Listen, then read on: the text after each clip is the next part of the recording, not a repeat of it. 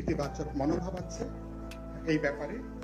পুরনো ব্যবস্থা পুরোপুরি ভেঙে পড়েছে, নতুন ব্যবস্থা, নতুন বোঝাপড়া, নতুন বন্দোবস্ত রাজনৈতিক দিক থেকে বা সামাজিক চুক্তি আকারে এটা আমার জন্য দরকার।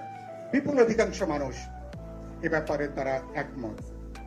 নারী আসনের ব্যাপারে, প্রত্যক্ষ নির্বাচনের ব্যাপারে আমাদের শুধু নারীরা না, মানুষের যে ব্যাপক যে সমর্থন, তাদের যে ঐক্যমত, তাদের এই তথ্য উপাত্তের মধ্য দিয়ে সেটাও পরিষ্কার করে সেটা বেরিয়ে এসছে। আমরা এই মুহূর্তে ডাকসু নির্বাচন নিয়ে আমাদের এক ধরনের উচ্ছ্বাস নিশ্চয়ই আমাদের হয়েছে। আমরা কিছু অভিযোগ সমালোচনার পরেও আমি বলেছি 2009 সালের পরে অন্য কোনো নির্বাচন নিয়ে ফলাফল জানার জন্য রাত জেগে এরকম কোটি মানুষ কিন্তু টেলিভিশনের সামনে অপেক্ষা করেনি। সুতরাং এটা অত্যন্ত একটা গুরুত্বপূর্ণ ইন্ডিকেটর। কিন্তু একই সাথে দুদিন পরে জাহাঙ্গীরনগর বিশ্ববিদ্যালয়ের ডাকসু নির্বাচনে সেখানে একটা হতাশার ছায়াটা ক্রমান্বয়ে বাড়ছে।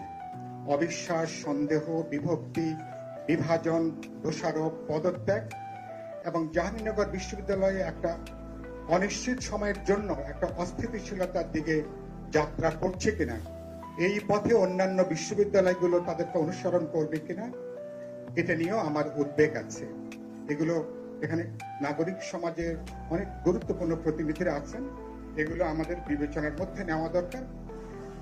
এর একটা বড় কারণ হলো শিক্ষা প্রতিষ্ঠানগুলোকে মনস্তাত্ত্বিক দিক থেকে দখল, বিশেষ করে জাহাঙ্গীরনগরে দখলদারিত্বের একটা যে মনস্তত্ত্ব, সম্ভবত সেখান থেকে বেরিয়ে আসতে পারেনি এবং এটা যদি রেপ্লিকেট করতে থাকে ভবিষ্যতে, তাহলে কিন্তু অনেক খারাপ খবর হয়তো আমাদের জন্য অপেক্ষা করবে। আমি সরাসরি এই মুহূর্তে যদি প্রশ্ন আসে যে আমরা সংস্কার নিয়ে যে আলোচনা চলছে, ডক্টর মোশতাক একটু উল্লেখ করলেন, নেপালে আমাদের সম্ভবত এই অঞ্চলের মধ্যে সবচেয়ে গণতান্ত্রিক সংবিধান ধরা হয়। গণতান্ত্রিক সংবিধান, ফেডারেল রাজনৈতিক কাঠামোতে তারা কাজ করছেন। উচ্চ পরিষদে, আপার চেম্বারে একটা সংখ্যানুপাতিক পদ্ধতি তো সেটা আছে, কিন্তু এটার এত দীর্ঘ অভিজ্ঞতার পরেও নেপালে একটা গণজাগরণ, এক ধরনের গণ অভ্যুত্থান এবং খুবই সহিংস, 50 জনের বেশি মারা গেছেন, 250-300 তারা এখন হসপিটালে তারা আছেন এবং শুধু সরকারি দল না, বিরোধী দলের বাড়িও আক্রান্ত। অনেক নতুন ফেনোমেনা।